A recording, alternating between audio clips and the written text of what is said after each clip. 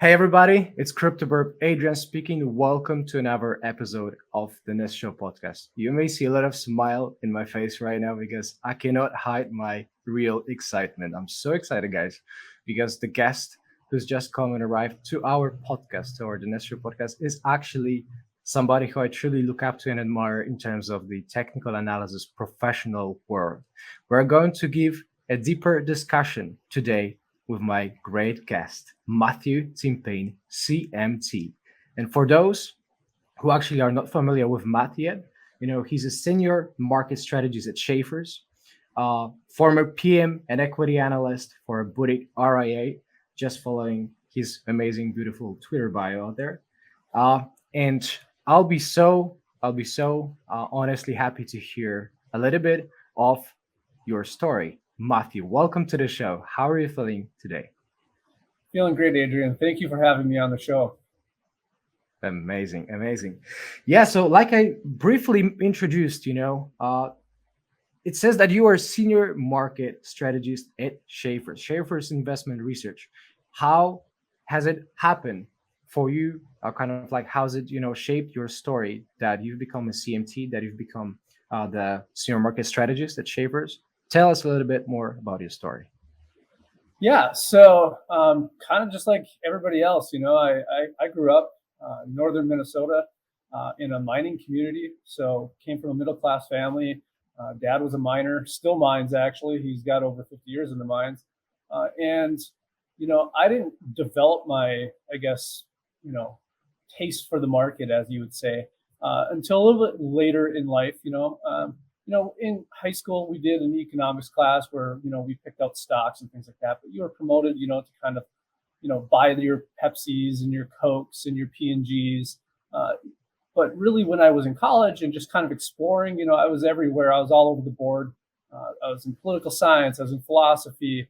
I kind of settled on a finance major. And while I was in finance, I didn't even know what I was going to do still yet, while I even declared my major. So I was just taking classes. I didn't know if I was going to do sports management. But then I ran into an investing class, and we got to manage a portfolio. And it was during the 2011 year. And we were able to trade this portfolio. You're given, I think it was $1 million portfolio, and trade it any way you want. You went into a group and everything like that. What I ended up doing was my group ended up designating me the portfolio manager because I started getting on a gold trade at that time. Gold was roaring because there was inflation concerns in 2011. So I was actually trading gold futures markets, not fully understanding everything that I was doing, but I knew that the chart was going up, and I knew that there was inflation. I knew that, or inflation scares, and I knew that people would pile into gold at the time. Obviously, with all the money printing that happened after the great financial crisis, that only exasperated that move. So we finished up about 50% on 1 quarter of trading. And, my professor was just astonished. We did the best in the class, so we obviously got an A in it. So I moved on from there, trying to figure out what I'm going to do in life. My professor tried to help me get jobs, but, coming out of that great financial crisis, it was pretty tough. I had a college job, at a hotel. So, like I said, just like everybody else, I did everything from front desk to driving their shuttle bus. But eventually I got caught on with the management group at the hotel, and I went into operations for them on the corporate side. It just wasn't for me, though. So I consistently kept looking for opportunities in equity markets. And in Minnesota, there just isn't a lot of jobs in general in the financial community. And I was still in Minnesota at the time. So I eventually found a boutique kind of RIA, registered investment advisory firm. I caught on with the CEO there. He was kind of amazed at my knowledge because for me, the markets were a passion, not just a hobby. I wanted to pursue it as a career. So when I went into the interview, I honestly went in, I applied to an investment assistant role. So he's like, a lot of this is secretarial roles. You're going to lose a manager position. I'm like, I don't care. I just need to get in the door. So he's like, you're willing to take a pay cut and everything like that? I said, yes. So I sat at the front desk for about 3 to 6 months, roughly. By the end of the 6 months mark, he made me operations manager. head trader of the firm, and I was sitting on the investment committee. And then it just kind of took off from there because he realized that I had what it took to help manage money. So that was Blue Water Capital Advisors. Eventually, I did become a partner in the firm and a portfolio manager, where I managed active strategies for the ETF models. And then I was an assistant portfolio manager on the multi-strategy portfolios and the short duration bond fund that we ran for corporations around the area. The CEO was getting a little bit up in age and wanted to retire. I had the choice of taking on the firm or, kind of going out and doing my own thing. I kind of figured, it was a little bit best. I had a minority shareholder position, nothing big. And I felt it was best to kind of, move on and kind of just, pave my own road. I already kind of got my CMT. I was, a portfolio manager, so I was active in that Minneapolis CMT organization as well, which has a lot of great people. You have Craig Johnson down there from Piper Jaffray, who heads it. But you also have Ralph Alcampora, the godfather of technical analysis. So every month I got to sit there and talk with him as well. And a lot of other great people in that Minneapolis chapter. It's probably one of the best chapters, to be honest, in the United States, other than maybe New York and Chicago, which also have really great chapters. But so I decided to pave my own path. We decided to sell the firm, and what just kind of happened was I found an old classmate who had a financial advisory firm, and they were looking to expand into the area, and they wanted to purchase the firm. So I kind of connected with them, and we made a deal. We sold the firm. It was best for all the shareholders involved because a lot of them were in their 60s and 70s. And we did the deal. I stayed on. I did the transition. I managed portfolios until they transitioned over to the other firm's portfolio management style. We had a long discussion, and we kind of realized that the role that I would have had there would have eventually went into sales role, and that just wasn't for me. We were very honest with each other, so I stayed on for about a year to keep everything going. And then at that year mark, I decided to leave. I didn't want to hate my job after. I didn't want to hate them. They were great for our clients and everything. So I decided to leave at that point. They did everything right. They gave me 6 months extra insurance even after I left. But then I kind of looked around at firms. I looked around at a few, registered investment advisory firms in Minnesota. I flew out to Washington to interview with a firm there. None of them were really great fits. And then I found Schaefer's Investment Research. And, up until that point, I wasn't big on, trading services and things like that, because they have kind of a bad stigma. There's some bad actors out there that really give the industry not the greatest image, right? And I don't, so I was always kind of shy of that. But when I met with Schaefer's, Bernie Schaefer is the founder of the firm. Katie Schaefer is the COO, and she's basically running the firm now. We're about the same age, and we kind of just clicked. And then me and the team just clicked over there as well in the interviews. It was kind of like sitting down with old friends. There's another CMT over there as well, and they all follow technical analysis. They look at sentiment, they incorporate some fundamentals. And then it's an options firm as well, so it was a way to challenge myself from trading, which is totally different than from what I did. Back at the IRA, the most I ever did was like maybe sell puts or sell covered calls, in some high yield portfolios with some sophisticated investors. Here we're trading directionally long premium strategies for the most part. And we do some, short premium strategies as well.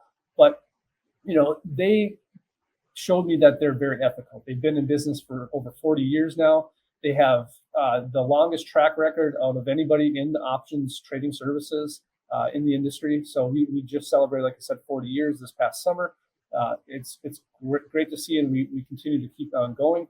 But what like I said, what attracted me was I wanted to challenge myself, and it was a new challenge for me. I could incorporate everything, and I brought to them, a little bit different background, right? Managing portfolios, understanding customers as well, and what their needs are from an investment portfolio standpoint.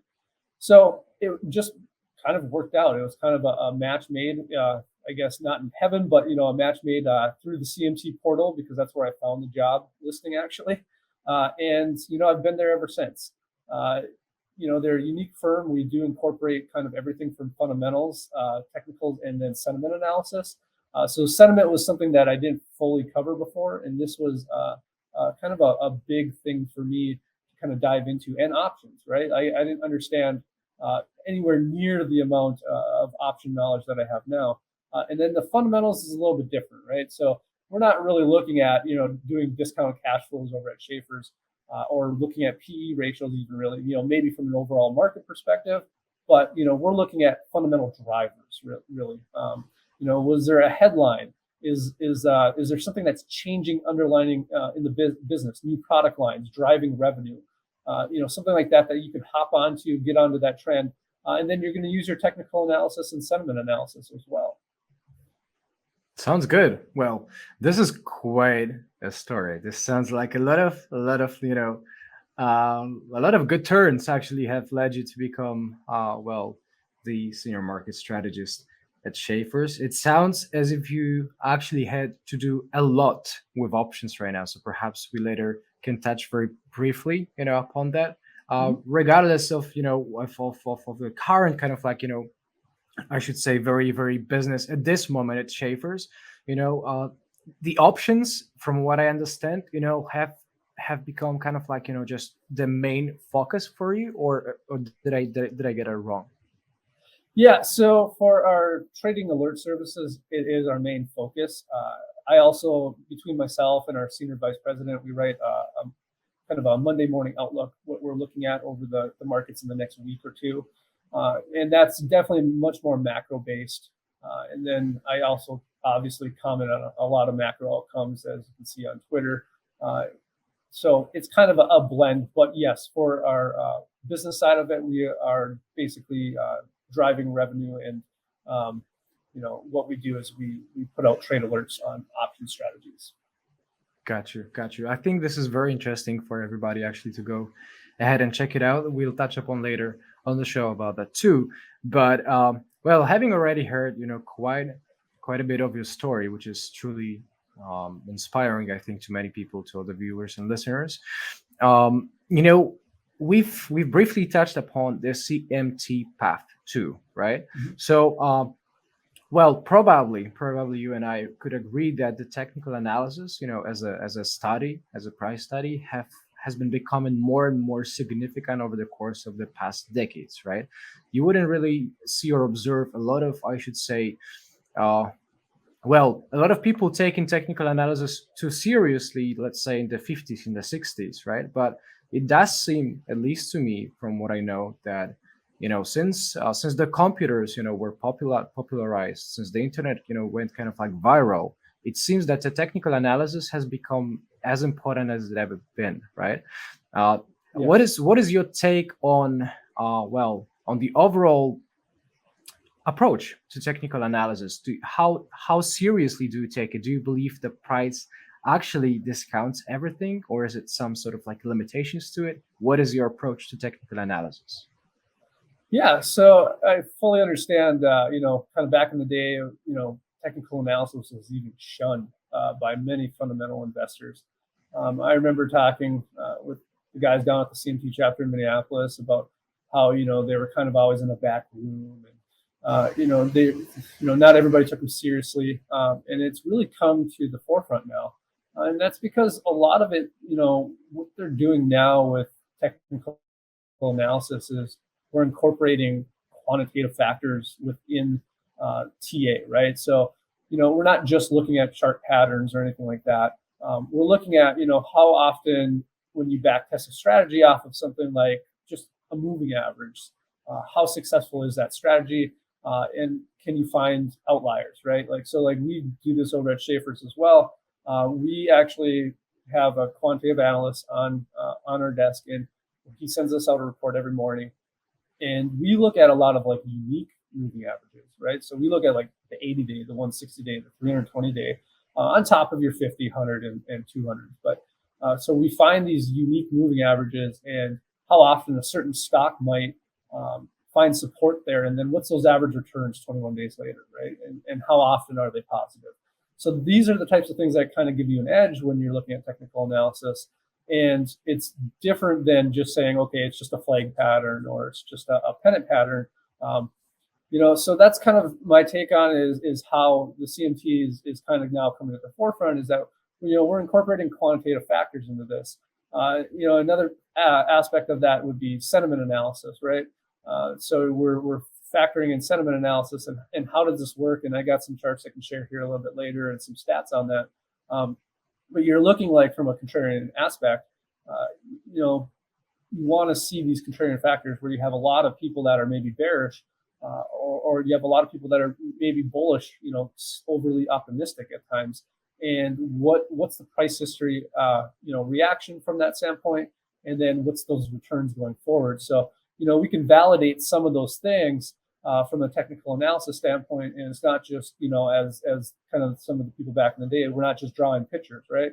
We're actually able to put in kind of factors here that show that it works and that it can give you an edge, right? Even if you're a fundamental investor. I've known many now that are going, hey, I'm a fundamental investor, but I'll take some help from somebody that's a technical analysis, because they find out what's happening is something might be a really good deal when you start looking at the fundamentals, but if the chart pattern isn't kind of it's leading in a bullish momentum type of way, they're just going to keep buying lower and lower, and that's just a losing strategy.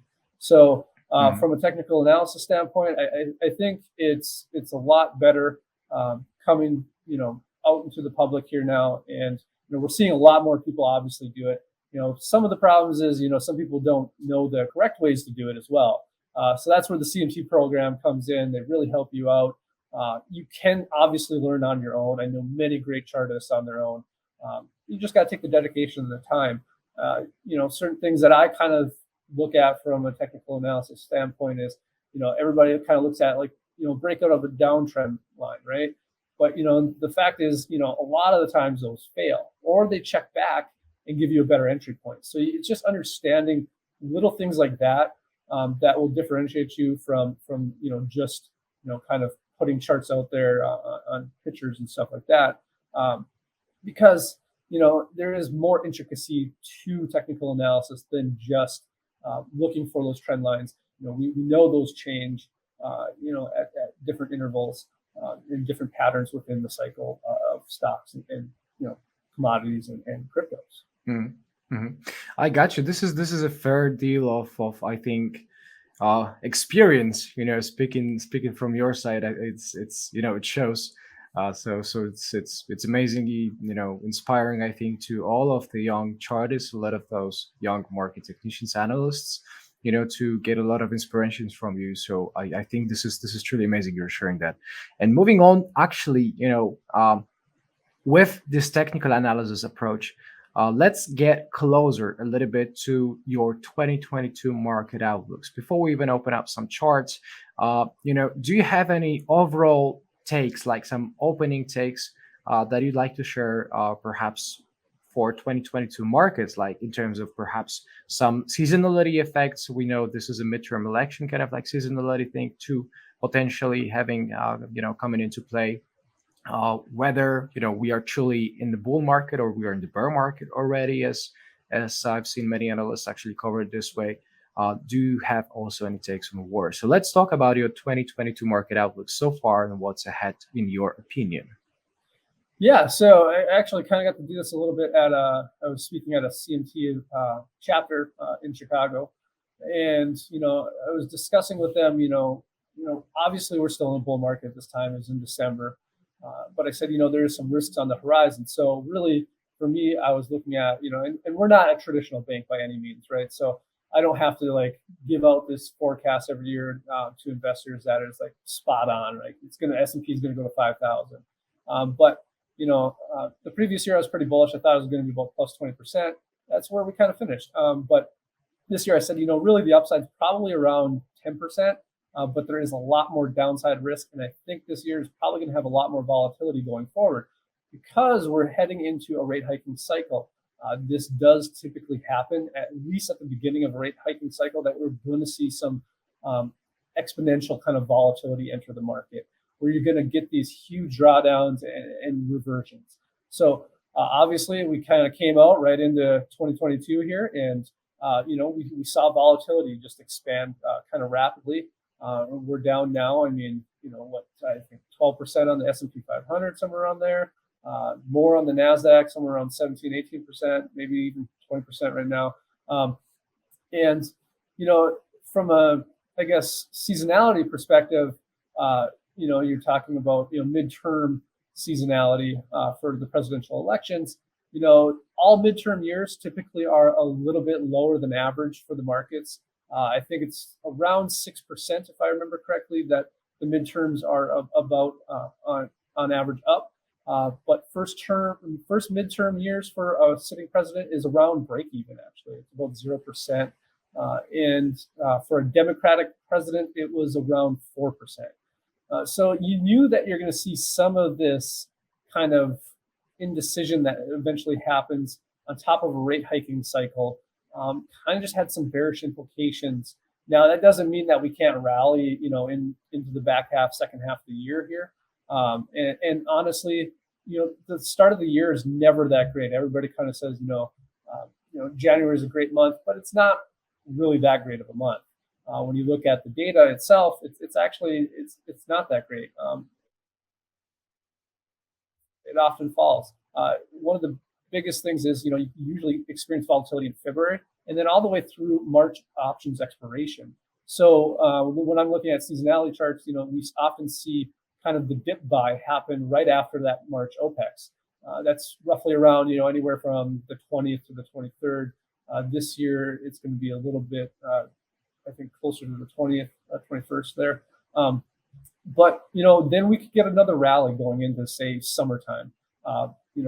Possibly, and definitely through April. April's one of the most bullish months of the year. So that's kind of how I'm looking at it right now. I'm not 100% certain where we're going to finish up because there's a couple things that I do look at, and one of the things is rate hiking cycles, right? So if the Fed hikes rates really fast, it typically is not good for the markets. It's typically pretty bearish for the markets. But if they pivot and they hike on a slower rate, it eventually actually becomes pretty darn bullish for the markets overall. So that's the one thing I think is the wild card. We don't know how they're going to do. I think we had some analysts saying 7 rate hikes. I think I even saw one analyst out there. It's changing. Yeah. It was 9 rate hikes, and I've been in the camp that the Fed probably should have started hiking rates in late 2020 or early 2021 when they had the chance, and I just don't see them hiking 7 or 9 times right now, especially now with the Russian-Ukraine crisis going on. I thought just from the get-go, we were just coming out of another kind of COVID panic session anyway. So I kind of thought 3 rate hikes, maybe 4 at max. And I think that's probably where you're going to see that kind of roll back to, is that 3 to 4 camp. And I think they're going to be quarter point hikes. I don't think you're going to get the big 50 bit hike this year if there's still a lot of geopolitical crisis going on. And with that said, obviously, what does that cause?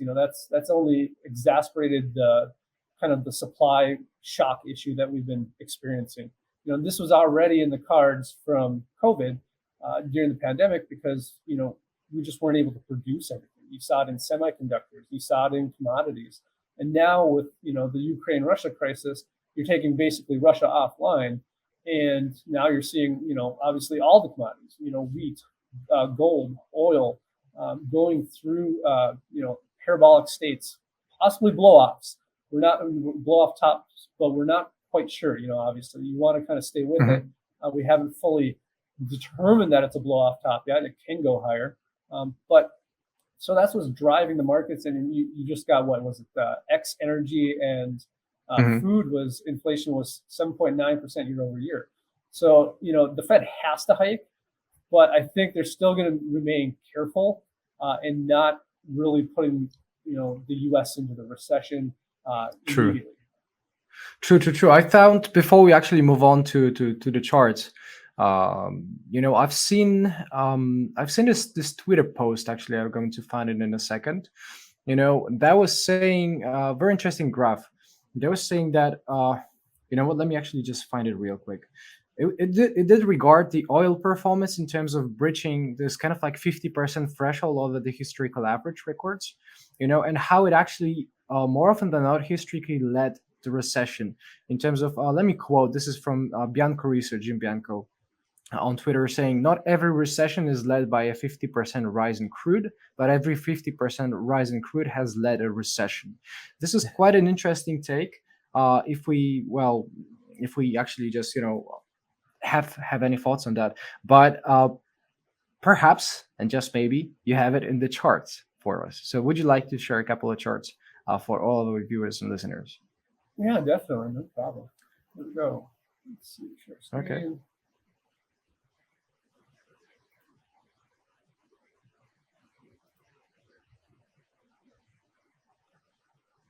All right. The screen is on. All right. So this is basically, obviously, just that S&P 500 here. As you can see, we're still in a pronounced downtrend, and I'm sure you're looking at the same thing. We actually just closed below minus 10% year to date once again, and those September, October lows. So one of the things, like I said, I kind of look at is this unique moving averages. Sometimes it's this 320-day moving average. It's not always, extremely important for all indices or all equities, but some of them do show a history. S&P 500 doesn't show that much of a history, but one of the things that I'm kind of gauging on with the S&P 500 is the March 2022 peak put.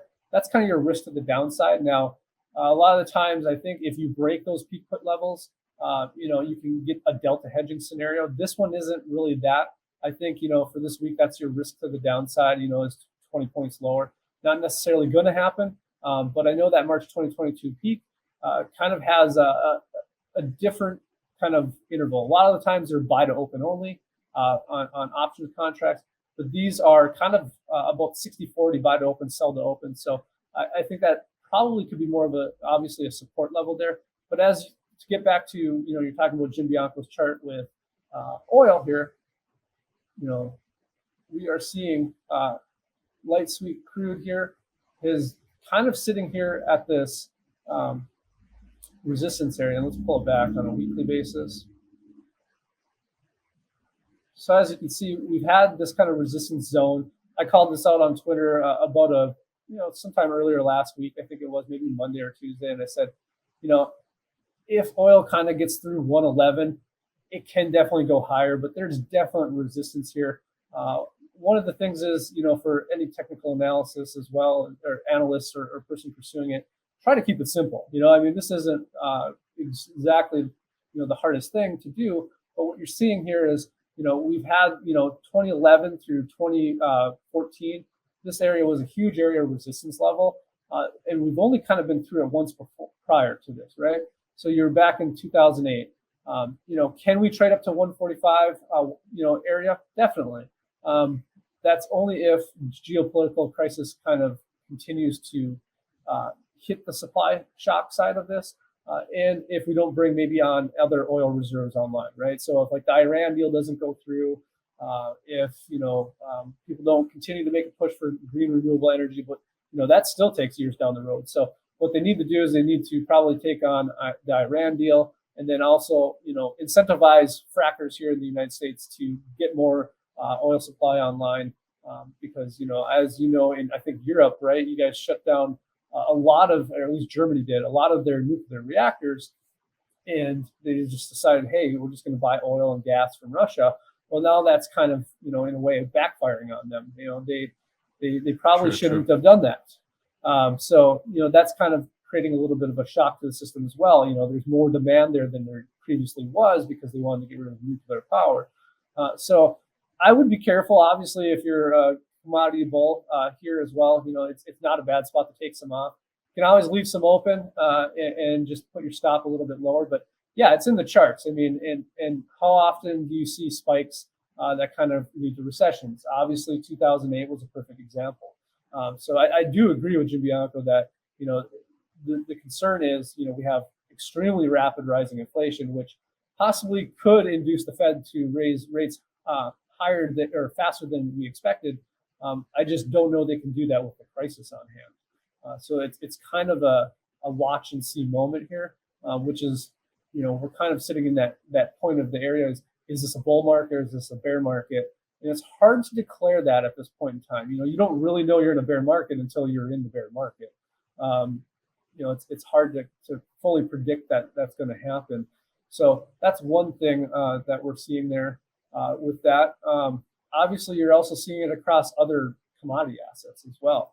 We're seeing it in, copper. When was the last time copper was here? 2010 at these levels.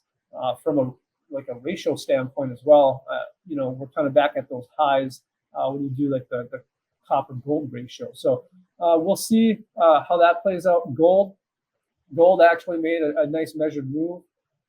Also, just like I said, kind of keeping it simple for you here, but the measured move here was around back up to 2000 on that break of that trend line. We're right back there now. That was coming from earlier in 2020. So I would expect that if concerns are there, we'll probably start seeing them unravel a little bit more towards the summer. I think that we could have kind of a little bit of a resetting period here for the next few months. Other charts, I guess, that I have, we can look at kind of the treasury market here for the TNX. It came back down, tested 1.7, and then bounced right there. Your next levels are right around here. It's kind of the 1.95, got back through up to 2.1 is the next kind of level where we could have a kind of a little bit of a pullback. One of the interesting things that I do want to talk about is the last rate hiking cycle that we did see. Oddly enough, I remember still back at the firm, and for our bond fund, what we would do is, oddly enough, when there were concerns of rate hiking and inflation or potential inflation, right, or recession risk, what you would see is the Fed would rate hikes and TLT would actually be positive, right? So even though they were hiking the short end of the curve, the long end of the curve, the back end of the curve ended up, price appreciating. So I am kind of curious because TLT is at an extremely important spot here ahead of, the March decision on the Fed rate hikes. We're sitting here on a multiple support level. So either, it's going to break down and it's going to get real nasty, or we're going to head back up towards the top of this downtrend line. So that's something I would look at. I was also, another couple things that I can show here is, here's something. While you're searching for it, please, to everybody who's actually following, our podcast, and if you're not subscribed to our channel, make sure you actually hit the subscribe button, smash the likes as well for Matthew and his amazing wealth of knowledge he's shared already so far. And just out of curiosity, before you talk on this amazing chart, how far you think technical analysis, could be used in terms of anticipating certain moves in the actual treasuries? Because, well, some people could argue, if it's more of a fundamental thing, coming off of the monetary policy and the overall rate hikes plans, rather than technicals, and technicals are of secondary use, or what is your standpoint? Do you have any TA utility in that? I think there's definitely a TA utility in it. I think price has memory, so that's kind of one of the biggest things that I look at from like a treasury standpoint perspective. Where were our last levels? Even though it's driven by obviously fundamentals, I do think that the market, obviously, I don't think any market really technicals are, I guess, out of the question for. Maybe some certain economic indicators, they're not as well used. Obviously, like I look at things like LEI as well. But there's no real technical analysis on that. What you're looking for is breaks below like the 0% line, right? So when it goes below 0% on year over year, you're likely heading into a recession. We're not there yet if you look at LEI, but yeah, I do think you can use some technical analysis on treasuries. Got you, Matthew. This was just just out of my own curiosity, actually, on your take on that. Let's talk about the chart you have screen displayed. Yeah, so this is one. This is a U.S. 10-year minus 2-year government bond spread, and so it's the yield curve, obviously, right? And what you Yes. saw is, banks and stocks kind of started having, problems as the yield curve started going lower. Another chart that I kind of look at then would be also the 30 and the 10-year, and then kind of the 3-month curve as well. And what we just recently saw was the 10-year, 10 minus 2 years went back below the 30 minus 10. And that's kind of a little bit of an indicator that, um, there's potential for a recession on the horizon, right? So, the 10s minus 2s, and I had this chart up because I was pegging it to banks, like showing, hey, banks are kind of, when did the bank stocks kind of get into trouble here and start going sideways because they were such a great trade for a while? Well, it was when the yield curve started falling, right? Um, but the yield curve is getting closer and closer to negative territory. So that's one of the reasons why I don't think the Fed's necessarily going to be aggressively rate hiking into this crisis, because they don't want to be the ones that pushes the curve negative. We all know that negative rate yield curves typically produce a recession and large pullbacks in the market, large drawdowns. So I don't think they're going to do this on purpose. I think they're going to try to kind of go between a rock and a hard place here and try to thread the needle.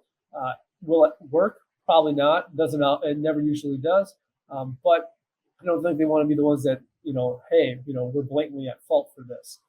So it's something to kind of watch, and that's why I think you're going to see less aggressive rate hikes, which kind of gives you a little bit of a stance that, hey, we could get a rally here. Obviously, if Powell comes out talking about, we're not going to be as aggressive on rate hikes while we go through this Ukraine crisis, it's the perfect excuse for him to do that. We could see a rally back in equities. Not to say that we won't have another second leg down, but we are going to end up hitting some seasonality, like I said earlier. I can pull up a chart of that right here. Here's where we are currently on the seasonality path. This is just over 20 years of the S&P 500. As you can see, we're down minus 9% here on this chart. I might have a little bit delayed data, but as you can see, March 22nd, 23rd, once you get through that March OPEX, typically we get a little bit of a rally at least through the summer, before stalling, May, June area on the chart. So, that's kind of my take on that right now, where we are. I do think, obviously, if we have to get into a more aggressive rate hiking kind of regime, we could be going into what I would say would be, obviously another, 2000, 2008 type of event. Hopefully it's not as large of a drawdown, but it's too early to call anything like that. Valuations have come in a little bit, and, we're too early to say, hey, this is going to be a minus 50% True. type correction. True. I personally have found, the charts you just shared, very, very interesting for my personal kind of like interest. What I also think, many people out of the listeners and the viewers to the podcast would definitely appreciate your comment, Matthew, on your overall trade approach. Because, regardless if it is for the trades on the futures or the options, do you have your specific trade types, trade ideas, trade concepts, setups that you're looking for, be it in terms of the moving averages, sunset and crossovers? Perhaps your system explains that. Yeah, so some things that we do look for, like I said, are a little bit unique and different. I do have some ideas here that we're looking at. So to kind of stick with some of the themes, obviously, energy has been a big thing.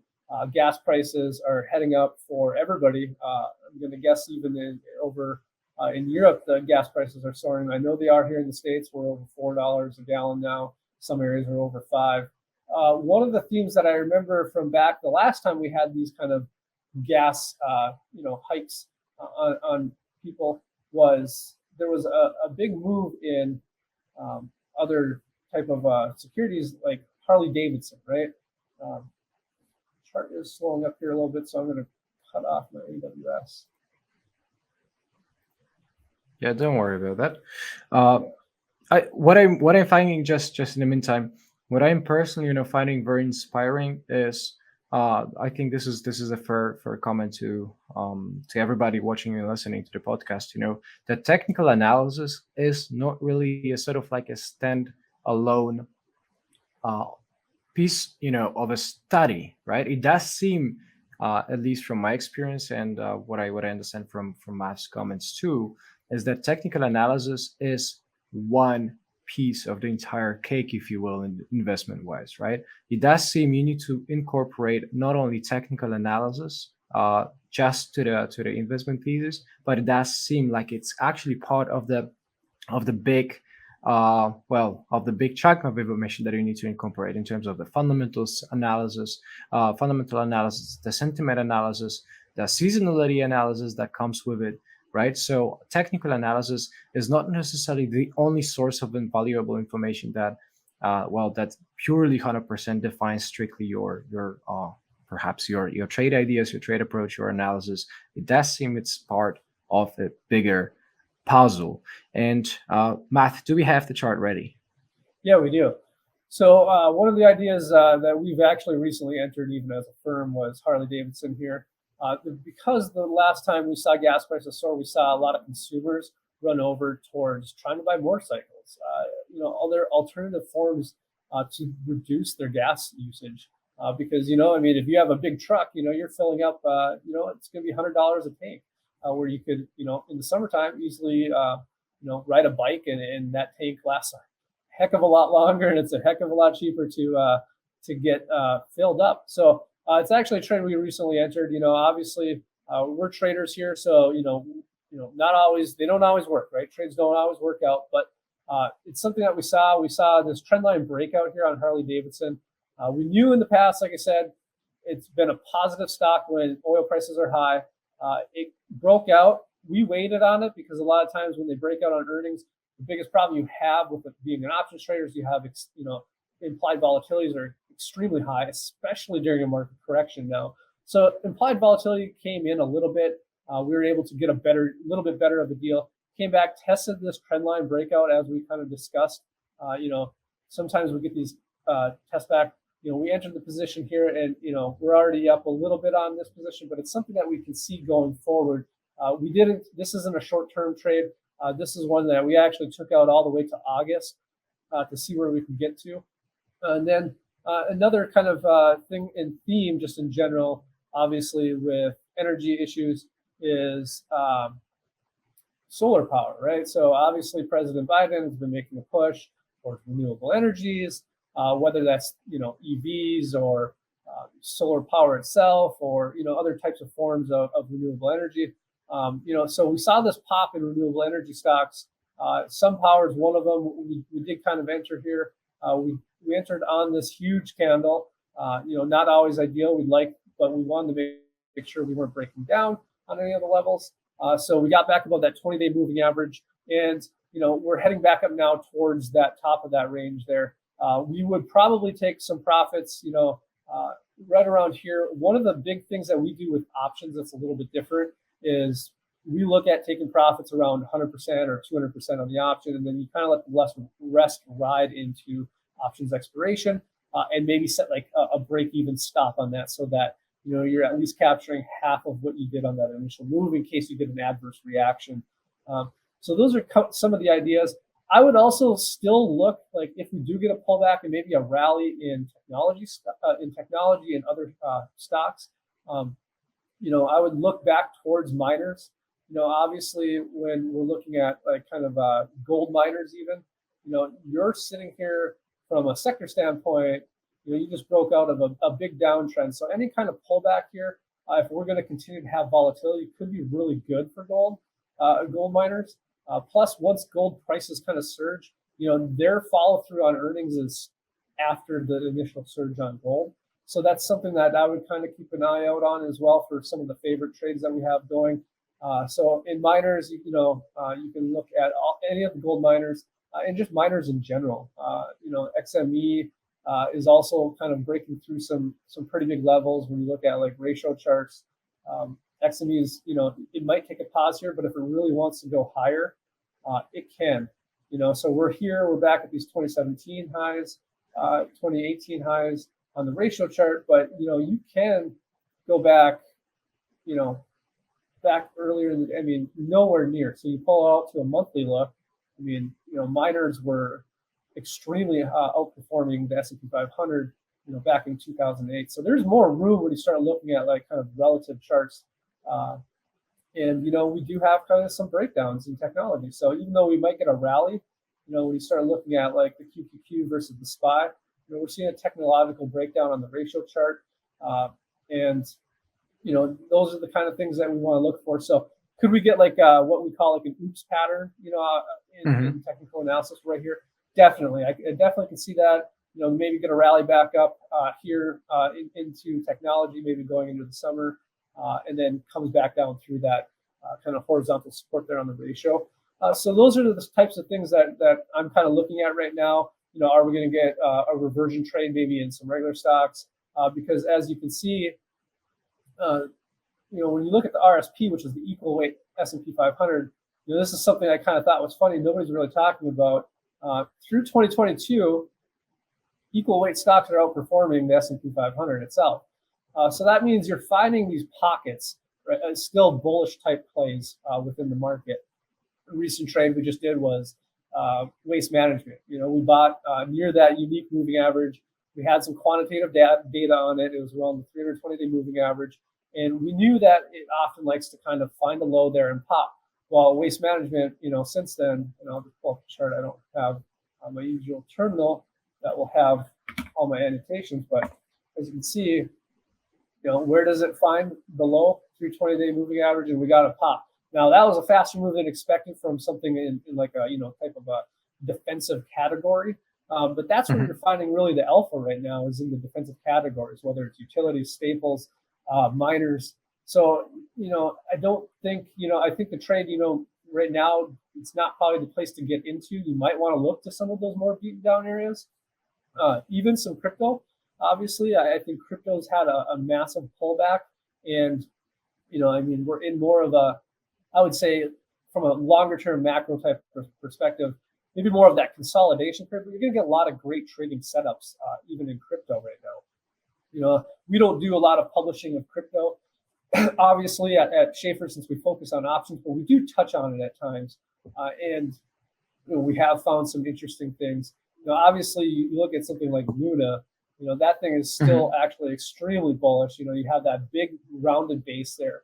You're probably putting in a nice cup and handle here, so you could end up getting really great buying opportunities if you get like kind of like a 50% pullback down maybe towards this 20-day. It might be kind of the area where you're going to be able to buy again. Bitcoin, obviously, like I said, they're not, these charts aren't overly bullish. And I'm sure, obviously, since this is what you mainly focus on, that. We kind of had a little bit of a oops pattern here on this downtrend line. But if we can get back above and then break out above like 44,000, you're going to see some good trades here in crypto. There is obviously risk, though. You have risk down to 30,000 on Bitcoin. We saw that this breakout of this downtrend line here has not kind of come to fruition of where you want it to see. You really kind of want to see trade back up and then back through this level. And that's kind of the one problem you have. But you are getting a lot of good trading setups. Like you can come down here, buy off 34,000. Now you're going to get, kind of your lower lows around 35,000. You might get an opportunity to buy there. You just got to be able to manage your risk. That's one of the biggest things from a portfolio management standpoint. And I know you want to kind of talk about that a little bit as well. Yeah. Now everybody who's actually a Luna follower is going to literally blow up in the chats in the comments. This is going to be so funny to look at it. I do personally appreciate your mentioning the cryptos and the bits of the portfolio management approach, because this is definitely the very next point that I wanted to ask you about, Matt. So how does your overall, like if you were to put it in some simple terms for the audience, as briefly as you can actually make it. What is your portfolio management approach in terms of, for example, including cryptos? Do you have a look into cryptos as some sort of like a risk-on factor similar to equities, or do you kind of like account it for the volatility mainly, and then kind of like try to adjust the amount of potential cryptos allocations gauging on the volatility? What is your overall approach to it? Yeah, so I always own some crypto, right? Like I think everybody should. There's always, the factor that you need to kind of hold on to something that has the volatility that crypto actually has, because you can get those exponential returns, and sometimes you can't get your cash into it fast enough, right? So you got to hold on to some at all times. Now I've been fairly kind of risk off on crypto for a while, so I've reduced my exposure. There's definitely a bunch of altcoins that I do like out there. I'm just not ready to pull the trigger on a lot of them. Obviously, we got AVAX, you got Decentraland, you got Waves actually has been extremely bullish recently, so there's been a great trade in there. Polkadot is something that I always keep an eye on. I think we may be entering actually possibly an opportunity where you could buy. A little scary still since it is altcoins. And we're not seeing overall market direction overly bullish. But I do think that everybody should have some crypto into their portfolio. I manage it basically like anything else. So other than holding maybe like a core position in Bitcoin in itself, I'm still going to cut my losses at my stops, and I'm still going to, take off risk as we head higher. You know, to incorporate kind of like how we manage options and things like that. So I only use spot for crypto. I definitely wish I could trade derivatives. Obviously, in the United States here, we don't really have derivatives unless you decide to kind of open up an account overseas. I haven't gone that route. But one of the things that we incorporate with options is you want to hold on to like what we say is the convexity and the truncated risk, and that's why I say you need to hold on to some crypto at all times, because in options, what we do is, like I said, we take profits usually at like 100% or 200% on a trade or above those levels. Obviously, if you get a big gap up, take half off and then let the convexity run on those options, because you only get kind of a theoretical unlimited gain after that potential, and the gain only compounds on itself when you're using that type of leverage. With crypto, I kind of look at it the same way. I have a target price. At that target price, I'm probably going to take 50% off or 30% off, depending on if I think there could be more in it. And then I'm going to just continue to let some run and then use a trailing stop on it. As it goes past that price target, and as it goes on to possibly like maybe a second price target, I'm going to tighten the stop more and more. I think that's one thing that most prudent investors should do, or traders should do, is understand that the higher the move you're going to get, the greater the move back you're going to get on the reversion, right? So, and that happens. It's volatile market. The biggest thing is you don't want to set your stop losses, too close either. So you want to make sure that it's kind of a nice balance between, raising it, but also making sure that you're allowing trend to develop on longer term time frames. So a big approach that I do like is, we all look at daily charts when we're traders and things like that, or all the way down to the 1 minute, 5 minute, 60-minute charts. But, you want to look out to multi-time frames as well, out to the weekly and monthlies. So, you can see that, obviously oftentimes there's these levels that you're not going to see on those daily charts that could be huge, right? So if you do break out on a weekly basis, it's going to be a big move higher, and you want to hold on to that risk. If you break down from those levels, obviously you're going to want to get out of it, even if it doesn't look that bad, maybe on the daily chart or anything like that. So that's one of the things that we kind of look at. It just kind of gives you staying power to reduce those positions. Now, going back to kind of stocks, equities, one of the big things is you do kind of want to use some unrelated industries. Obviously, diversification is key. I think that works for crypto as well. There is some, obviously correlation between crypto and stocks. I think you had like you were talking about it on one of your recent podcasts about the correlation, how, Bitcoin has never been as correlated to stocks as it has been recently. True, true. One of the things that I kind of look at is, everybody wants to be uncorrelated, but at times of risk off, everything becomes correlated.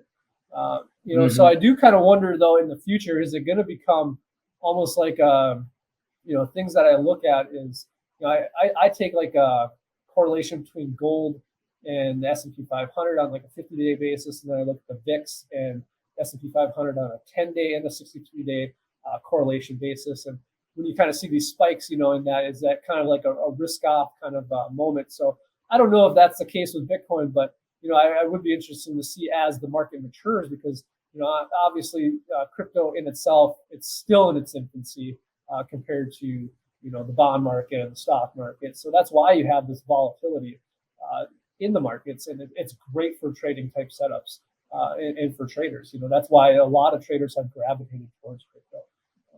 Amazing, That's amazing. This has been sorry. This is I think I just can't help it. My excitement for the people to see it out there.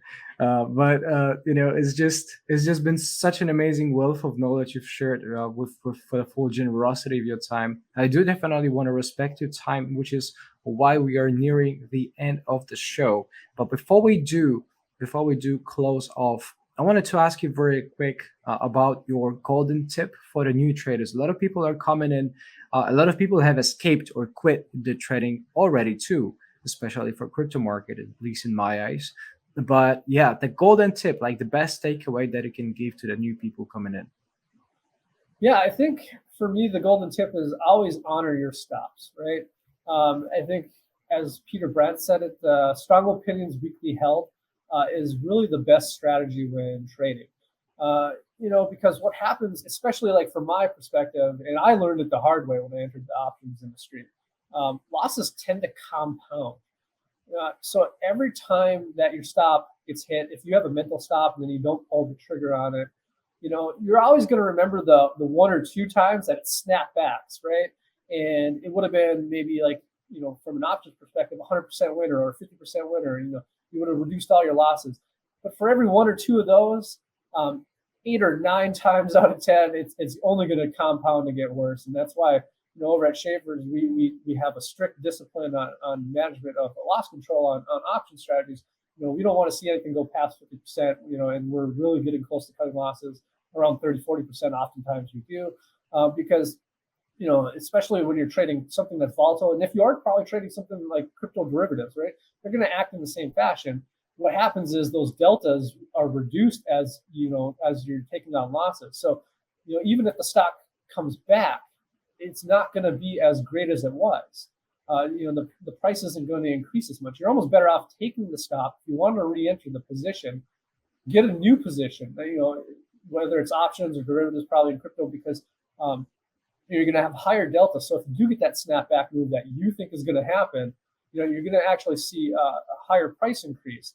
Because there is, because when you look at like options, obviously there's it's nonlinear on the theta, curve, right? So it's constantly increasing as you head into OPEX. So that would be the better way to do it. Re-entering in, so honor your stops, and then reevaluate your position. Don't let those stops go through. That's the biggest thing I can always tell people is, I know it hurts to take a loss, but you just psychologically need to train yourself. Take the loss. It's part of the game. You can actually be a very successful trader only being right 40% of the time if you control your risk. We've done the data. I mean, and as an options trader, we're often only right 40 to 45% of the time because we're battling time and price. So you need to control those stops, and that's how you become a successful trader.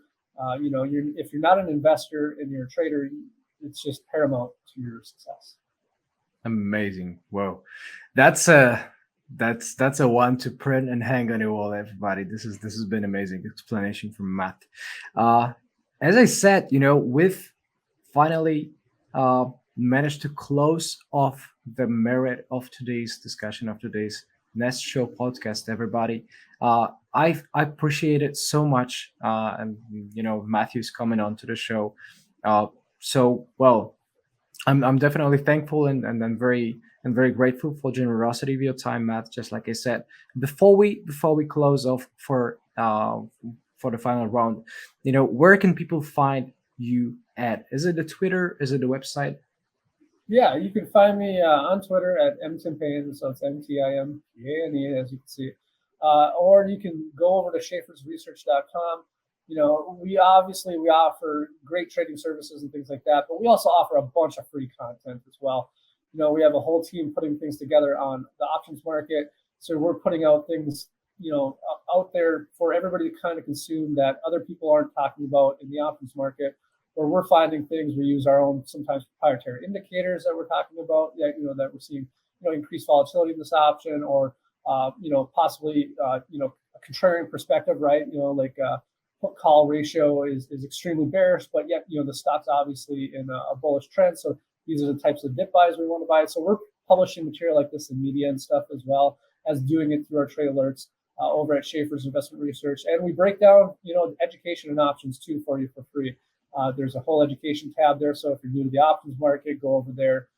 It will give you basic 101 course in options, and then you can follow the news as well. And feel free to reach out anytime as well. And, a big thank you to you, Adrian. Appreciate being on the show. A long-term follower of you on Twitter. I've seen your Twitter account and your YouTube account exponentially grow. It's quite awesome to see what you're doing there in just a few short years. I appreciate it, and I'll personally make sure you follow up on the growth yourself on the exponential side on Twitter. I'll make that happen. Thank you so much, Matthew, for coming over. Matthew Timpane, CMT, once again, Senior Market Strategist at Schaefer's Investment Research, has been our guest on today's Nest Show podcast. Thank you so much, Matthew, one more time for coming over. And this is all for today, folks. Make sure you stay tuned for the next episodes. Cheers and God bless. Bye-bye. Okay, we got it. We got it.